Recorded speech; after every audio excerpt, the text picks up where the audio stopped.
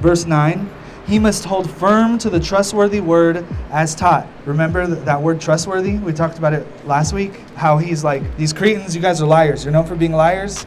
God's trustworthy. Now look, what else is trustworthy? His word is trustworthy. So hold firm to the trustworthy word as taught. So like as we've learned God's word, it's trustworthy. We must hold firm to that. But why? Like it's cool to be creative with like, oh, I want a cool like sermon title.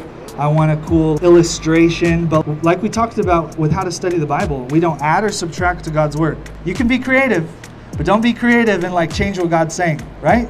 So like elders, don't be too creative. Elders aren't the chef.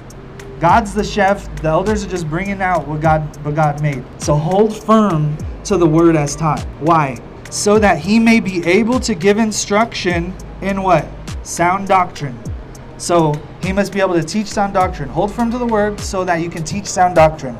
Also, what should they be able to do? It's not a fun thing. People don't like it these days. Yep. So that they can also rebuke those who contradict it. I really like this quote from John Calvin. He says, a pastor or shepherd should have two voices.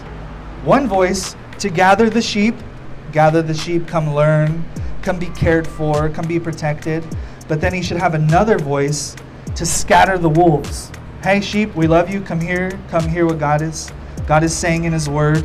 But the wolves, stay away.